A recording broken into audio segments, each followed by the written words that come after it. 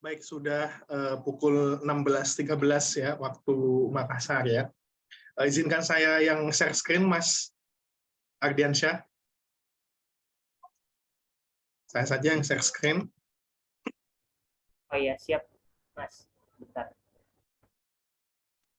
Oke. Ya, sudah. Baik, saya buka. Bismillahirrahmanirrahim. Assalamualaikum warahmatullahi wabarakatuh. Selamat sore, salam sejahtera dan salam sehat bagi kita semua ya. Ini saya masih di disable, bisa menjadi co-host mungkin ya.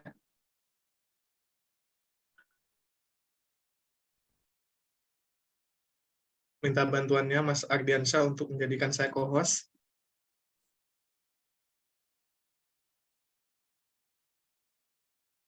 Oke. Siap, sudah, Mas. Siap. Sebelumnya saya mengucapkan terima kasih ya kepada HMI ya, Himpunan Mahasiswa Islam, Komisariat Unhas ya Mas Ardiansyah ya. Iya, Mas. Oke, yang telah mengundang saya ya. Jadi kalau di ITS dulu saya S1 dan juga saat ini di UGM ya. HMI itu adalah organisasi basis yang lumayan kuat ya. Banyak mahasiswa yang tertarik untuk masuk ke HMI ya. Dan semoga dengan Mas Mbak Joy di HMI itu bisa berbeda begitu ya dengan mahasiswa yang tidak bergabung di HMI. Nah, salah satunya adalah dengan mengikuti kegiatan yang bermanfaat seperti ini ya. Semoga nanti saya dapat sharing dan memberikan manfaat kepada Mas Mbak semua. Nah, saya diminta oleh Mas Ihsan ya untuk membahas tentang filsafat ilmu pengetahuan ya. Jadi saat ini banyak sekali orang yang dikit-dikit ya, sedikit-sedikit itu mengucapkan filsafat ya. Misalkan ada filsafat stoikisme ya. Kemudian ada filsafat nihilisme ya, ada filsafat absurdisme, filsafat minimalisme dan sebagainya ya. Saat ini filsafat tren ya di kalangan anak muda, apalagi untuk metode healing ya katanya ya, dengan adanya filsafat stoikisme kita fokus pada apa yang bisa kita kontrol, bukan apa yang tidak bisa kita kontrol ya. Sehingga minim stres kan kalau kita menerapkan filsafat stoikisme. Nah, tadi Mas Ardiansyah sudah menjelaskan ya bahwa teman-teman sudah menerima materi tentang filsafat ya, bahwa filsafat itu adalah pengetahuan dan penyelidikan dengan akal budi. Dengan akal budi mengenai hakikat segala yang ada ya, baik itu sebabnya, asalnya dan hukumnya ya. Dan tadi sudah dibahas. Nah, sekarang kita akan menggunakan akal budi kita ya untuk menelisik hakikat ilmu pengetahuan ya. Sebagaimana judul dari presentasi kali ini adalah filsafat ilmu pengetahuan. Sebelum saya sharing lebih lanjut, mungkin ada teman-teman ya, kakak-kakak ya, apa kalau istilahnya HMI ya, Kanda ya, apa Mas Ardiansyah, nama panggilannya, sebutannya? Iya, Kakanda dan Ayunda, Mas. Kakanda dan Adinda ya. Nah, Kakanda dan Adinda ada tidak yang bisa ini menebak ya, gambar di sebelah kiri ini kira-kira gambar apa? Nah, coba ketikkan di kolom komentar ya.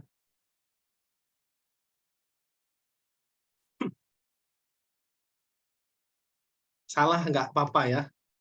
Nah, jadi supaya lebih hidup begitu ya, suasana diskusinya begitu.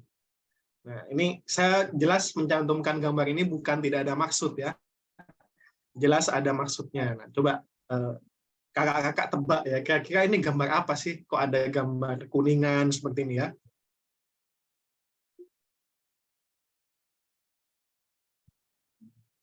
Oke, sirkuit listrik. Nanti akan saya jawab ya, yang lain. Oke, quantum computing ya. Nah, oke, benar ya. Nah, ini adalah komputer kuantum ya, yang sedang dikembangkan oleh Google ya.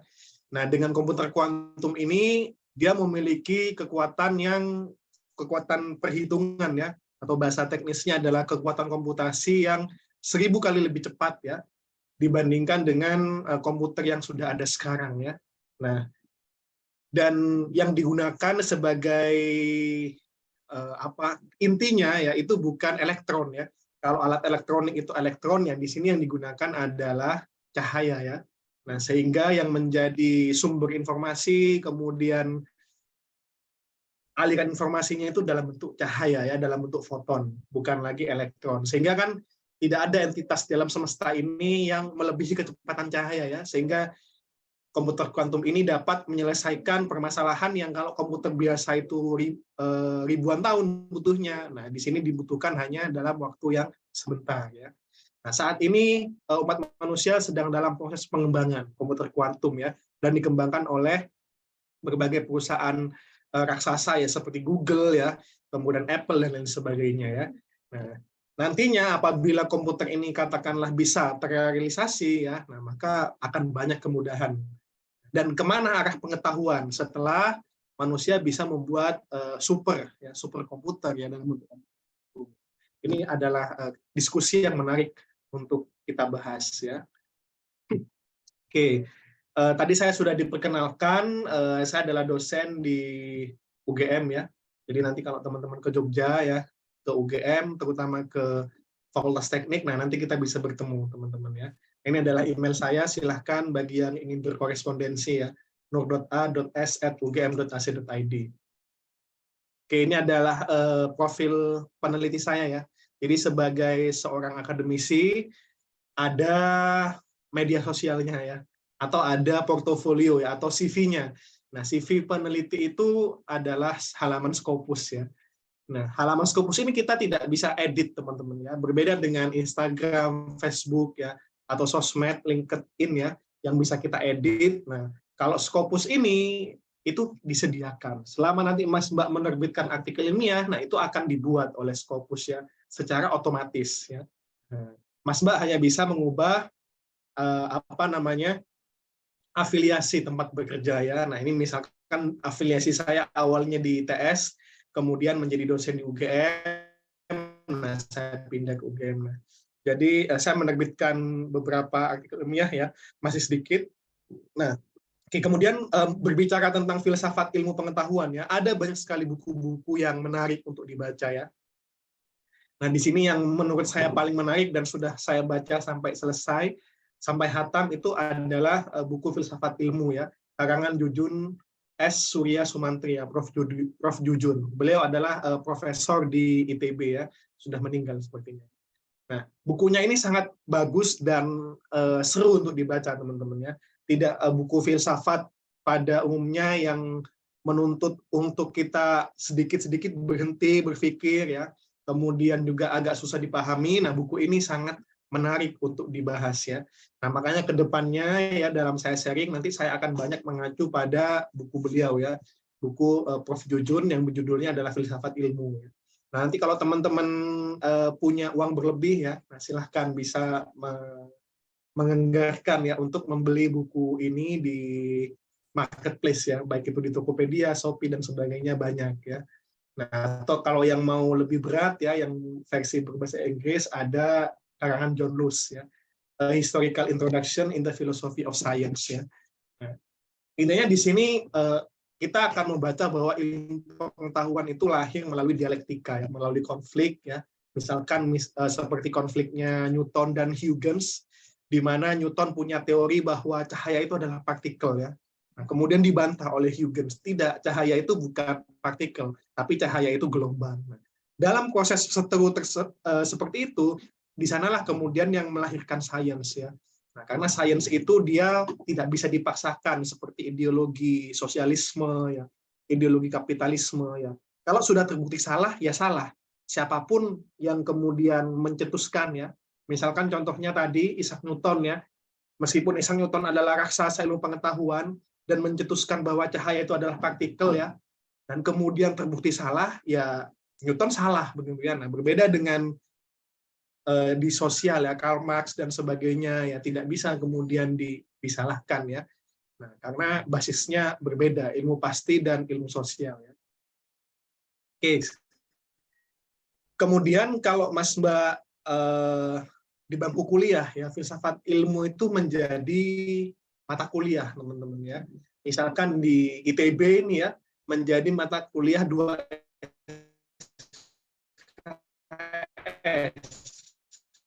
di seni Mas Agesa, mata kuliah filsafat ilmu. Atau di prodinya teman-teman mungkin ada yang mata kuliahnya filsafat ilmu, bisa sharing di kolom komentar. Di prodinya Mas Ardiansyah ada tidak mata kuliah filsafat ilmu? Kalau di FKM sendiri, Mas, cuman mata kuliah logika. Logika ya. Ya. Kesehatan masyarakat ya, FKM ya. Kesehatan masyarakat. Oke, logika ya, lebih ke matematisnya berarti ya. Baik. Nah, kemudian tidak hanya S1 teman-teman ya. Ini adalah salah satu contoh ya, saya berikan S1 di ITB ya, banyak S1 lainnya yang ada filsafat ilmu ya. Nah, S2 pun nanti ketika teman-teman ngambil S2 ada beberapa prodi S2 yang menawarkan S2 dengan mata kuliah salah satunya adalah filsafat ilmu ya. Nah, di sini misalkan saya contohkan dari S2 Fakultas Peternakan ya. Nah, di sini ada mahasiswa peternakan tidak? Nah, Unhas kan juga ada peternakannya ya. Nah, kalau teman-teman yang peternakan nanti ambil S2 di UGM, nah nanti akan bertemu dengan mata kuliah filsafat ilmu ya. Nah, kemudian tidak hanya S2 ya. Nah, S3 pun ya, itu ada mata kuliah filsafat ilmu ya. Ini misalkan di ITB S3-nya ya. Nah, bahkan di Unhas ya juga ada, dan kemarin rame ya tentang Unhas yang tentang S3 ya, mahasiswa S3 yang diminta untuk diluluskan padahal nggak pernah dibimbing. Nah, ya memang itu melanggar filsafatnya ya, melanggar filsafat ilmuwan bahwa orang itu ya harus susah payah ya dalam mengejar ilmu ya, tidak bisa kemudian hanya membayar uang selesai dapat gelar ya. Nah, itu tidak ada bedanya dengan yang tidak mengenyam ilmu. Dan nanti jatuhnya seperti yang disampaikan Rocky Gerung ya, bahwa kuliah itu bukan pertanda pernah berpikir ya. Nah, sehingga ketika saya diminta untuk membahas ini oleh Mas Ardiansyah, saya agak kesulitan ya bagaimana menyajikan mata kuliah 2-3 SKS ya, yang notabene-nya adalah 50 kali 2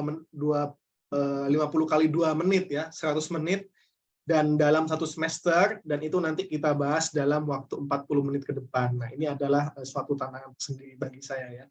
Dan semoga nanti Mas Mbak bisa mencerna apa yang saya sampaikan. Syukur-syukur nanti kita bisa seru ya di sesi diskusinya.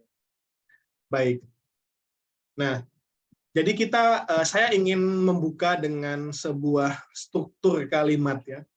Jadi suatu kalimat itu dikatakan lengkap ya apabila terdiri dari subjek, predikat, objek, dan keterangan ya.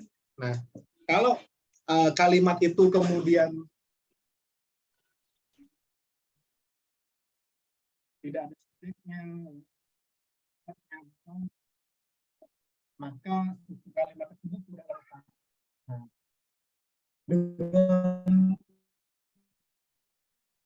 dengan analogi yang sama ya, juga ilmu pengetahuan ya. Ini contoh dari kalimat lengkap ya. Ada subjek, saya, kemudian predikat mewawancarai ya. Objeknya adalah koruptor, kemudian keterangannya adalah alasan mengapa mereka korupsi ya. Nah, ini adalah salah satu kalimat lengkap. Kemudian saya itu subjek, meneliti predikat, objeknya adalah timah. Kemudian keterangannya adalah untuk mengoptimalkan sumber daya alam Indonesia.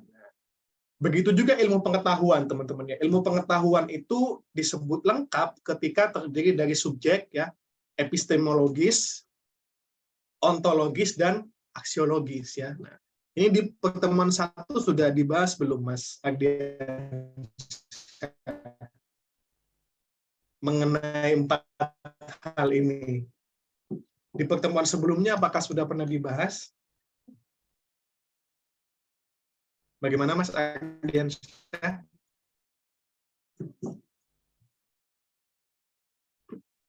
Belum ya? Belum dibahas ya? Sedikit dibahas semalam, Mas. Tapi sedikit sudah ya ini. Oke, nah saya ulangi sekali lagi ya. Nah, sama seperti juga ilmu pengetahuan ya. dia juga secara filsafat terdiri dari 4 komponen ini ya. Nah, ini saya akan jabarkan lebih lanjut ya. Yang pertama jelas adalah subjek ini apa yang diteliti ya. Misalkan saya meneliti tentang cahaya, berarti subjeknya adalah tentang cahaya ya. Atau saya meneliti tentang korupsi ya, fenomena korupsi. Nah, berarti subjeknya adalah korupsi ya. Atau subjek ini bisa juga diartikan oleh orang yang mendalami ya. Misalkan siapa subjeknya berarti peneliti ya, atau subjeknya adalah akademisi ya. Nah, kemudian epistemologi. Epistemologi ini adalah cara untuk mendapatkan pengetahuan yang benar. Nah, misalkan tadi saya sebagai peneliti ingin meneliti tentang cahaya. Nah, bagaimana kemudian cara untuk meneliti cahaya yang benar ya? Bagaimana mendapatkan informasi tentang cahaya? Oh, tentu dibutuhkan alat bantu ya, tentu dibutuhkan alat ukur. Nah, dan alat ukurnya itu sebisa mungkin terstandarisasi. Karena kalau tidak standar, hasil yang kita dapatkan bisa jadi berbeda dengan hasil orang lain. Karena tidak standar. Makanya dalam artikel-artikel ilmiah, ya, kalau teman-teman pernah menulis artikel ilmiah di jurnal, ya, spesifikasi dari alat ukur teman-teman itu wajib disebutkan. Ya. Misalkan teman-teman yang kimia, ya, atau teman-teman FKM menggunakan mikroskop. Nah, jenis mikroskop, mereknya, ya, kemudian pembesarannya berapa. Nah, itu untuk memastikan bahwa secara epistemologi metode yang teman-teman gunakan itu benar. Ya. Seperti objeknya ya, kalau subjeknya tadi itu adalah kita sebagai peneliti hakikat apa yang dikaji ya. Misalkan cahaya tadi ya, ilmuwan sebelum adanya mekanika kuantum itu bingung apakah cahaya itu merupakan partikel atau cahaya itu merupakan gelombang ya. Ternyata setelah adanya mekanika kuantum ya, cahaya itu menunjukkan keduanya, dualisme partikel ya, bahwa cahaya ya gelombang iya, partikel iya. Sehingga ilmuwan harus tahu tentang hakikat dari cahaya ya, bahwa seperti dua mata uang ya. Nah, kemudian tidak hanya berhenti sampai situ saja ya. Nah, guna dari suatu ilmu itu apa? Jadi jangan sampai sebagai seorang akademisi itu meneliti tapi tidak ada nilai kegunaan. Tidak ada nilai manfaatnya ya. Nah, ini biasanya menjadi domain utamanya dari ilmu terapan. Misalkan di kesehatan ya kan adalah biologi terapan ya. Nah, jadi teori-teori biologi bagaimana kemudian bisa berguna bagi manusia itu melalui ilmu kesehatan. Atau fakultas teknik ya. Bagaimana fisika-fisika tentang struktur bangunan ya, tentang jembatan itu bisa digunakan. Nah, itu jatuhnya ke teknik ya. Nah, tapi di ilmu murni pun itu tidak mungkin ya, tidak ada manfaatnya ya. Setidaknya manfaatnya itu menambah teori baru ya, atau membuat teori baru ya, di mana teori tersebut menjadi penguat bagi teori sebelumnya. Nah, itu juga manfaat, teman-teman ya. Jadi kegunaan di sini bukan hanya kegunaan yang bersifat praktis saja. Nah, kalau di negara maju ya justru penelitian-penelitian yang sedang berkembang itu adalah penelitian mendasar. Itulah kenapa penelitian mendasar itu memiliki anggaran yang sangat besar. Misalkan penelitian tentang partikel ya. Sampai berjuta-juta, sampai bermiliar-miliar dolar ya, padahal hanya untuk partikel saja, yang mungkin manfaatnya bukan 10 tahun atau 20 tahun ini, tapi manfaatnya masih 50 tahun atau mungkin 100 tahun ke depan. Karena mereka merasa bahwa dengan teori dasar tersebut, mereka bisa menggenggam masa depan. Ya. Jadi penelitian-penelitian dasar ya berbeda di Indonesia, kalau di Indonesia kan kurang menarik ya, di negara-negara maju itu justru yang ditonjolkan ya, karena nilai kegunaannya itu jauh ke depan. Misalkan seperti meneliti komputer kuantum tadi ya, itu kan masih masa depan sekali. Tapi ketika itu terlaksana, wah kegunaannya itu luar biasa besar. Nah, jadi ini teman-teman, dalam membahas ilmu pengetahuan, maka kita tidak bisa melepaskan diri dari 4 hal ini ya. Siapa yang meneliti, kemudian epistemologi, cara untuk mendapatkan informasi ya dari objek yang diteliti, kemudian ontologis ini adalah hakikat apa yang dikaji dan apa manfaatnya ya. Dan jangan sampai kita hanya fokus pada 3 hal saja, tapi manfaatnya kita tidak tahu untuk apa.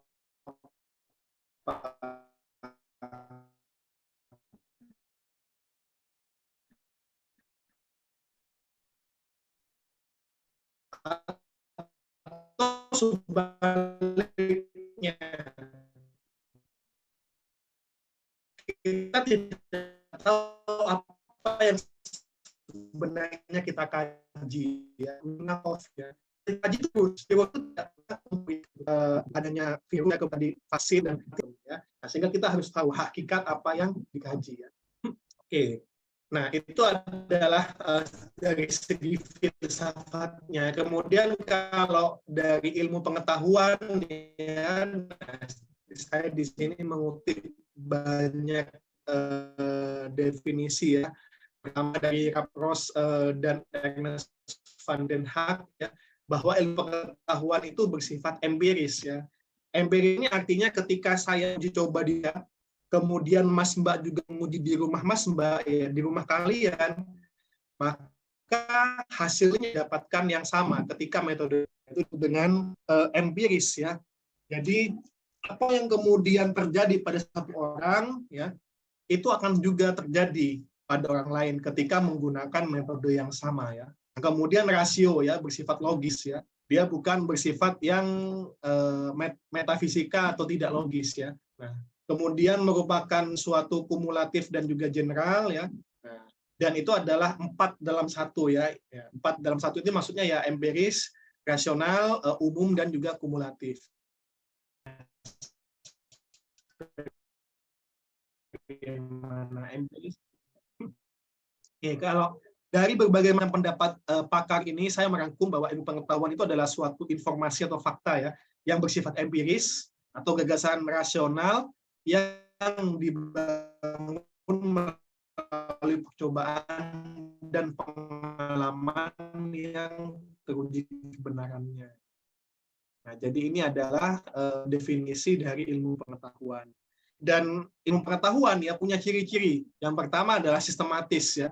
Jadi dia terstruktur begitu ya. Nah, misalkan teman-teman ilmu kimia ya. Ilmu kimia itu terstruktur dari membahas atom ya, kemudian membahas senyawa, membahas molekul ya, hingga membahas sebuah organisme ya. Kulit hitam, kulit putih, orang Sunda, orang Makassar ya. Kalau metodenya A, ya hasilnya pasti A begitu ya. Objektif dia, bukan subjektif bergantung pada orangnya ya. Nah, kemudian sifat yang ketiga adalah rasional ya. Dia dapat dinalar ya. Nah, misalkan dapat diprediksi ya, rasional. Misal saat COVID ya, nah kan dapat diprediksi bahwa COVID nanti akan mengalami mutasi dan sebagainya. Oleh karena itu kita tidak melonggarkan protokol kesehatan ya. Kita harus senantiasa disiplin menerapkan protokol kesehatan nasional. Kemudian juga bersifat umum ya, tidak bersifat ke salah satu pihak saja ya. Misalkan virus ya pilih-pilih, tidak teman-teman ya. Nah, virus akan menyakiti semua manusia ya, kekebalan tubuhnya rendah. Ya. Kemudian juga reliable dan juga dia berbasis komunitas ya. Berikutnya, kalau sebelumnya kita membahas ciri-ciri ilmu pengetahuan, berikutnya adalah sumber ilmu pengetahuan ya. Nah, bisa melalui pengamatan ya empiris, kemudian dari rasio, dari logika, atau dari wahyu. Nah, ini wahyu yang tiba-tiba mungkin muncul di alam mimpi. Nah, itu mungkin bisa disebut dengan wahyu ya. Misalkan struktur benzena ya, struktur segi 6 itu. Nah, itu kan muncul ketika ada ilmuwan kimia yang bermimpi kepala ular memakan ekornya sendiri ya. Nah, sehingga dari sana kemudian si ilmuwan tersebut membuat hipotesis jangan-jangan struktur benzena itu adalah siklik begitu ya, atau melingkar seperti kepala ular yang memakan ekornya. Nah, dan banyak ya fenomena-fenomena ilmu pengetahuan ya yang wahyu ya. Nah, wahyu ini bukan hanya milik secara agama adanya wahyu dari Allah ya, tapi bisa melalui mimpi dan sebagainya ya. Di mana dia bukan merupakan pengalaman dan bukan merupakan pemikiran logis ya. Oke, dan ilmu pengetahuan ini sangat berkorelasi sekali teman-teman dengan teknologi ya. tadi ada aksiologi di sana ya dalam filsafat, maka keduanya ini tidak bisa dilepaskan ya, antara ilmu pengetahuan akan memajukan teknologi dan teknologi akan memajukan ilmu pengetahuan. Ini seperti lingkaran yang tidak ada hentinya ya antara ilmu pengetahuan dan teknologi. Karena memang definisi dari teknologi adalah ilmu pengetahuan terapan ya. Kemudian teknologi itu juga dibagi dua ya saat ini ya, ada teknologi yang modern, ada teknologi kuno ya. Nah, pertanyaannya adalah apakah teknologi modern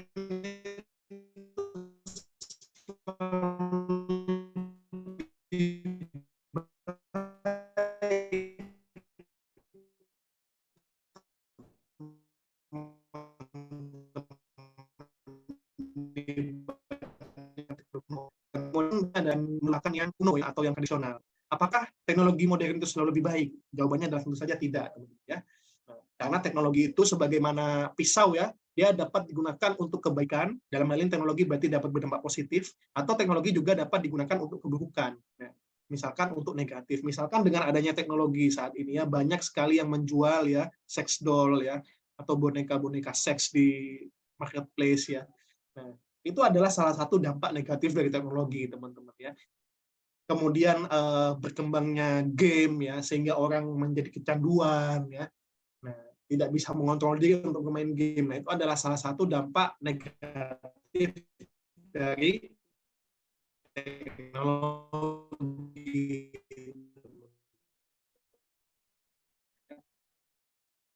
Jadi teknologi modern tidak selalu baik untuk menggapai sebuah masa depan yang diinginkan ya. Nah, jadi kenapa kemudian suatu bangsa itu berinvestasi besar terhadap teknologi, ini masa depan itu setiap daerah misalkan memiliki kecepatan internet yang tinggi, sehingga bisa dengan mudah terhubung dengan dunia ya.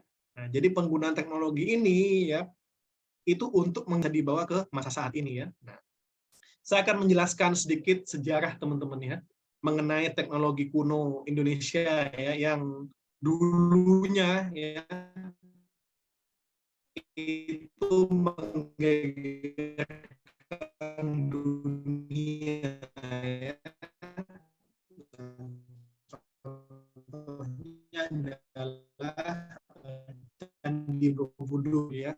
Candi Borobudur itu adalah satu keajaiban dunia yang bangun tanpa ada arsitektur ya, teknologi yang sipil yang luar biasa ya. Dan Indonesia bisa membangun itu di tahun 824 Masehi ya. Nah, kemudian juga teknologi Indonesia lainnya yang tidak banyak diketahui ya, ada Meriam ya, di mana ini sudah menggunakan senjata ya di abad ke-14, dan juga kapal-kapal Indonesia itu ya memiliki ukuran yang 3 kali lebih besar ya dibandingkan kapal terbesarnya Eropa ya. Misalkan ini ada kapal Jong ya. Nah, sehingga tidak heran ada lagu nenek moyangku sang pelaut ya, karena memang teknologi kelautannya itu luar biasa maju, teman-teman ya. Nah, Asia Tenggara dilanjutkan oleh Majapahit ya. Nah, itu membuktikan bahwa kita, nah entah karena penjajahan dan sebagainya, akhirnya kita mundur ke belakang ya. Kemudian juga di masa Orde Baru ya, Indonesia pernah kelebihan beras teman-teman ya. Kalau saat ini impor ya, dan kabarnya tahun ini juga swasembada teman-teman ya. Nah, dulu Indonesia sudah pernah swasembada ya, di mana produksi beras itu lebih banyak daripada konsumsinya ya. Kemudian secara teknologi pesawat juga Indonesia maju ya di zaman Pak Habibie, meskipun banyak intrik politik di sana sehingga tidak berkembang ya teknologi pesawat Indonesia, dan juga banyak sekali keunggulan-unggulan ya yang kita punya di masa lalu ya. Nah, itu adalah masa lalu teknologi ya. Bagaimana ke depannya? Nah, ke depannya teknologi di sini akan diarahkan pada realisasi Indonesia 2045 ya. Nah, tadi saya menjelaskan bahwa teknologi itu pada dasarnya usaha untuk menggapai masa depan ya. Nah, makanya dengan harapannya penerapan tercapai. Nah, ini adalah fokus pemerintah ya yang dicanangkan oleh Menteri Riset Teknologi ya dulunya ya, Prof. Bambang Brojonegoro. ada teknologi digital, ya, kemudian ada IoT, ada 3D printing, nanoteknologi, energi terbarukan, genetika, dan seterusnya. Ya. Nah, sehingga kemudian dari beberapa hal ini ada dokumen yang bernama Rencana Induk Riset. Kaitannya dengan filsafat pengetahuan, ya, diharapkan banyak riset-riset di Indonesia itu bisa fokus pada 10 hal ini, teman-teman, ya. Di mana 10 hal ini adalah 10 hal pokok yang dibutuhkan oleh manusia, ya. Yang pertama adalah pangan, ya, pertanian, kemudian yang kedua adalah energi, kemaritiman, dan seterusnya sampai ke sosial humaniora, ya, seni, budaya, dan pendidikan. Baca bukunya, ya, bukunya adalah Rencana Induk Riset Nasional, ya, atau disingkat RIRN, itu memiliki visi supaya Indonesia 2045 berdaya saing dan berdaulat berbasis riset. Di mana 2045 ini adalah 100 tahun setelah Indonesia merdeka, ya. Nah, jadi kalau teman-teman bingung misalkan mencari ide untuk skripsi, ya, ide untuk karya tulis, nah saya rekomendasikan bagi teman-teman untuk membaca buku RIRN ini, ya, karena di dalamnya sudah jelas dinyatakan topik-topik riset, ya, yang bisa diambil, ya. Nah, misalkan ini teknologi substitusi bahan bakar, ya, topik risetnya di sini ada 3, ya. Nah, dan seterusnya. Oke. Nah, jadi ilmu pengetahuan, ya, setelah ilmu pengetahuan terbentuk, maka harus ada aksiologi, ya. Dan aksiologinya itu berupa teknologi. Nah, dan teknologi itu tidak bisa, teman-teman, ya, langsung diterapkan ke masyarakat. Teknologi itu harus diproses, ya, dicek atau diuji kesiapannya, ya. Maka ya, ada yang disebut dengan TKT, teman-teman, ya, tingkat kesiapan teknologi, ya. Nah, jadi di sini TKT ada 9, ya. Jadi baru kalau kemudian sudah masuk ke TKT yang 9, nah maka barulah kemudian teknologi tersebut itu layak digunakan oleh masyarakat, teman-teman, ya. TKT sendiri definisinya adalah tingkat kematangan atau kesiaprapan suatu hasil penelitian, ya, dan pengembangan teknologi yang diukur secara sistematis menurut skala 1 sampai 9, ya. Jadi diuji di lab, ya, kemudian diuji dalam lingkungan yang sebenarnya, kemudian nanti dipastikan semua komponennya dapat bekerja secara harmoni, nah, sampai kemudian dipasarkan menjadi TKT 9, teman-teman, ya. Nah, ini adalah setiap nomor dari TKT, ya. Jadi ketika teman-teman berfilsafat ilmu pengetahuan, ya. Nah, orang itu adalah teknologi. Dan bagaimana teknologi itu bisa diterapkan, nah, harus melalui tahapan-tahapan ini, teman-teman, ya. Nah, TKT 1 itu dari prinsip dasar teknologi yang diteliti dan dilaporkan, ya, dan seterusnya. Nah, biasanya kalau di ini, ya, 1, 2, 3 itu ranahnya FMIPA, kemudian 4, 5, 6 itu ranahnya Fakultas Teknik, ya, atau terapan, ya. Nah, 7, 8, 9 ini adalah ranahnya sosial, ya, dalam manajemen bisnis, kemudian ekonomi dan sebagainya, ya. Oke. Nah, saya ingin memberikan contoh tingkat kesiapan teknologi dari pesawat terbang, ya. Nah, pesawat terbang itu awalnya, ya, penelitiannya itu dimulai dari tahun 1980, ya. Nah, jadi bagaimana membuat pesawat terbang yang modern utamanya, ya. Kan sebelum ini pesawat terbang itu kecil, teman-teman, ya. Hanya bisa menampung berapa begitu, ya, hanya 30 atau 40. Nah, kemudian ilmuwan mengembangkan supaya bagaimana pesawat terbang ini bisa ditempati oleh 200 orang atau bahkan 500 orang, ya. Nah, penelitiannya untuk yang skala besar dimulai dari tahun 1980, ya, mengenai penelitian mesin jetnya, ya. Jelas kalau sudah kapasitasnya 500 orang itu dibutuhkan mesin jet yang mumpuni, teman-teman, ya. Nah, sehingga diteliti tentang bagaimana mendesain mesin jet yang efektif dan efisien, ya, ringan dan juga hemat bahan bakar dan seterusnya. Nah, kemudian setelah dihitung, diteliti, baru kemudian dibuat prototipenya. Nah, dibuat prototipenya, terus dikembangkan sampai bisa TRL-89, ya, di mana Boeing 747, ya, Boeing 737, ya, kemudian Airbus 8A dan seterusnya, yang untuk pesawat komersil skala 200 ke atas, nah itu diresmikan di tahun 2005. Jadi prosesnya itu cukup panjang, teman-teman ya. Nah, makanya kalau ada orang ya yang kemudian orang awam ya, nah kok mana produk-produk hasil skripsi mahasiswa kok belum ada di masyarakat ya. Nah, perlu diberi paham teman-teman ya bahwa dari suatu karya tulis ya sampai itu direalisasikan itu butuh waktu yang tidak sebentar ya, tidak hanya waktu dan juga uang yang tidak sedikit teman-teman ya. Nah, misalkan ini pesawat terbang komersil saja ya, itu dibutuhkan penelitian berapa puluh tahun ini ya, dari 1980 sampai 2005 ya, 25 tahun ya penelitiannya. Kemudian dari sini juga penting antara akademisi ya bersinergi dengan industri ya, karena industri memiliki dana ya, industri juga punya masalah ya, dan akademisi di sana sebagai pemikir bisa menyelesaikan masalah dengan dana yang diberikan oleh industri ya. Nah, dan juga kalau industri hasil dari penelitian itu akan dipakai. Berbeda kalau kerjasamanya dengan pemerintah ya, nah hanya akan bertumpuk sebagai laporan saja ya, tapi kalau industri nah itu akan dipakai. Nah, makanya di negara maju itu sumber dana penelitian itu bukan dari pemerintah yang paling besar, tapi dari industri. Kalau di kita kan sebaliknya ya, industrinya lebih percaya pada akademisi luar negeri ya, nah, tidak mau enggan untuk bekerjasama dengan akademisi lokal.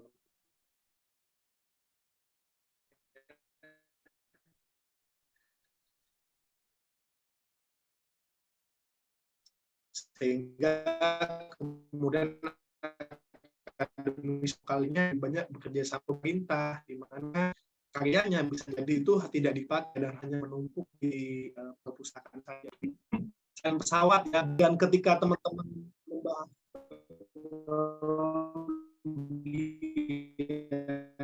saya akan kembali ke dampak negatif teknologi ya. Nah, penggunaan teknologi yang telah berlebihan ya dan tidak dibarengi budaya berteknologi baik itu bisa menyebabkan orang yang depresi ya, orang yang kemudian mentalnya terganggu ya.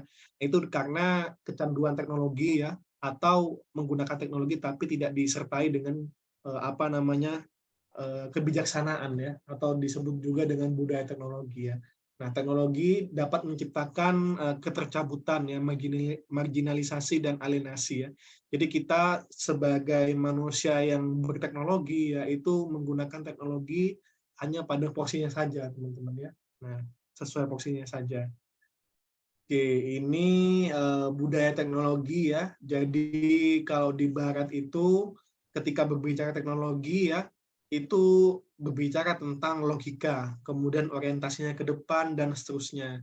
Sementara disebut non teknologi ya, itu kalau irasional yang ke masa lalu ya. Padahal kita just merah ya.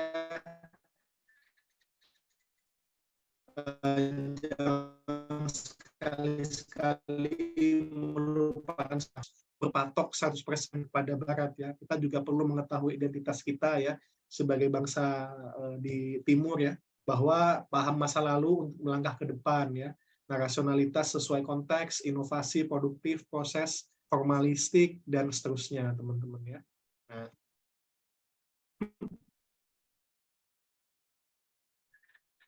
oke, dan saya perlu menegaskan kembali ke teman-teman ya bahwa secanggih-canggihnya teknologi ya, apalagi ya menjadi bahan baku ya, kita hanya menjadi penonton ya yang memberikan AdSense pada orang lain misalkan ya.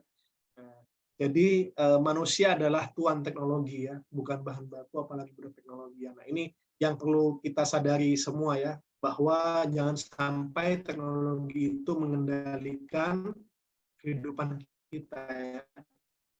Makanya saat ini ngetren istilahnya dopamin detox ya. Nanti teman-teman lihatlah, mencoba untuk mengimbangi ya kegiatan berteknologi kita ya. Nah, kemudian ternyata semakin tinggi teknologi suatu bangsa ya tidak menjamin bangsa tersebut menjadi semakin bahagia ya. Contohnya adalah di Jepang sangat tinggi ya, bahkan ada hutan Akibahara di mana orang dapat melakukan bunuh diri di hutan ya. Begitu juga di Korea Selatan ya, di mana di sana menjadi produsen Samsung dan sebagainya. Dan memang menurut buku Runaway World ini ya, karangan Anthony Giddens, bahwa teknologi yang melampaui batas itu tidak bisa dimaknai oleh manusia ya. Bahkan manusia menjadi kehilangan identitasnya ya. Sehingga itulah kenapa kemudian tinggi bunuh diri di negara-negara maju.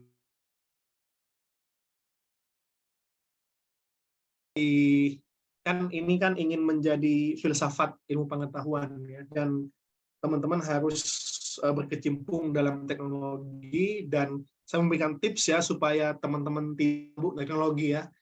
Nah, jadi kalau teman-teman merasa ada 6 hal ini, nah itu artinya teman-teman sedang mabuk teknologi ya, dan perlu untuk dopamin detox ya, atau detox dopamin ya. Yang pertama adalah merayakan kecepatan dan kesegeraan ya. Misalkan teman-teman hobi membaca jago TOEFL 1 jam ya, atau menjadi kaya raya dalam 1 hari. Nah, itu adalah kesegeraan ya.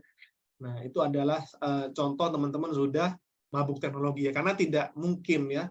Nah, atau sesuatu yang diperoleh dengan sangat cepat, maka pasti hilangnya juga akan sangat cepat, teman-teman ya. Yang kedua adalah menguji teknologi ya. Yang ketiga adalah nggak bisa membedakan mana yang dunia maya, mana yang dunia nyata ya. Yang keempat, menganggap kekerasan sebagai biasa ya, atau mengumpat sebagai hal yang biasa.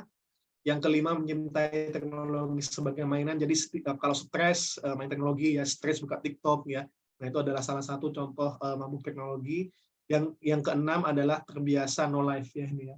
Terbiasa dalam ketercabutan dari realitas ya, enggan bersosialisasi ya, enggan untuk berdiskusi dan sebagainya. Nah, itu adalah salah satu contoh gejala mabuk teknologi ya. Nah, dan kita tidak ingin ya menjadi penonton saja dalam teknologi. Nah, saya mendorong teman-teman untuk terlibat ya dalam berinovasi di bidang ilmu pengetahuan dan teknologi ya.